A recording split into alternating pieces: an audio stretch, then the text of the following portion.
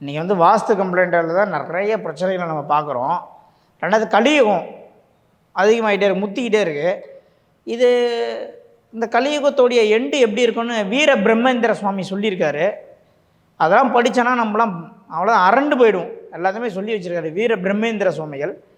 கலியுகம் அதிகமாக போகும்போது இப்போ நிறைய பிரச்சனைகள் நம்ம பார்க்குறோம். கேட்கவே கொஞ்சம் நம்மளுக்கு கஷ்டமாக இருக்கக்கூடிய நியூஸ்லாம் கேட்குறோம். ஒரு பெண்ணை அந்த சித்தப்பா வந்து என்ன பண்ணியிருக்காருன்னா பாலியல் வன்கொடுமை செஞ்சுருக்காரு, சித்தப்பா வந்து அரெஸ்ட் பண்ணியிருக்காங்க. இந்த மாதிரி நியூஸ்லாம் நம்ம பார்க்குறோம். இதெல்லாம் வந்து கொடுமையான காலகட்டத்தில் நம்ம வாழ்ந்து கொண்டிருக்கிறோம். அதில் எந்த விதமான மாற்றம் இருக்கிறதுனால கலியுகத்தோட எண்டு ரொம்ப மோசமாக இருக்கும்னு சொல்லியிருக்காங்க. இருந்தாலும் ஒரு விஷயத்தை நாம் பதிவு செய்ய கடமைப்பட்டுருக்கிறோம். எந்த வீட்டில் வடமேற்கு பிரச்சனை இருக்கோ அந்த வீட்டோடைய நியூஸு இந்த உலகத்துக்கு கண்டிப்பாக வெளியே வரும். அவ்வளோதான்.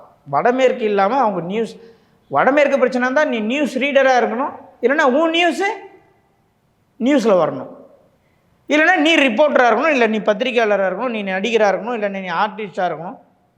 இது சம்மந்தப்படாத ஒருத்தர் வாழ முடியாது. புரியுதுங்களா? அதான் உண்மை.